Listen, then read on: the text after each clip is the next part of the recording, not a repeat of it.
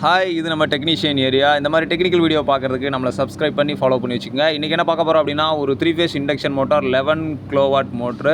அதனுடைய வைண்டிங் எப்படி செக் பண்ணுறதுங்கிறத பற்றி பார்க்க போகிறோம். இது ஒரு ஸ்டார் டெல்டாக்கு பயன்படுத்தக்கூடிய ஒரு மோட்ரு. ஆக்சுவலாக 6 லீடு உள்ளேருந்து வந்திருக்கு. இது எப்படி செக் பண்ணுறதுன்னு பார்க்கலாம். ஃபஸ்ட்டு வந்து ஒவ்வொரு வைண்டிங்கும் செக் பண்ணிடுவோம். ஃபஸ்ட்டு ஆர் ஃபேஸில் இருக்க செக் பண்ணிடலாம். இப்படி 2 ரோப்பு வைக்கும்போது மல்டிமீட்டரில் கண்டினியூட்டி காட்டும். அதே மாதிரி அடுத்த ஃபேஸ் வைக்கும்போது அதுலேயும் கரெக்டாக கண்டினியூட்டி காட்டும். அதே மாதிரி பி ஃபேஸு அதில் வைக்கும்போது இந்த மாதிரி கண்டினியூட்டி காட்டணும். இந்த மாதிரி கரெக்டாக கண்டினியூட்டி காட்டுச்சு அப்படின்னா வைண்டிங் ஓப்பன் ஆகலைன்னு அர்த்தம். அப்புறம் வந்து ஆர் ஃபேஸில் வச்சுட்டு நம்ம ஒய்பிலாம் வச்சு பார்க்கலாம். வைண்டிங் எதுவும் ஷார்ட் இருக்கான்னு பார்க்கலாம். ஒய்யில் பி இந்த மாதிரி வச்சு பார்க்கும்போது வைண்டிங்கில் ஏதாவது ஷார்ட் இருந்தாலும் காட்டிடும்.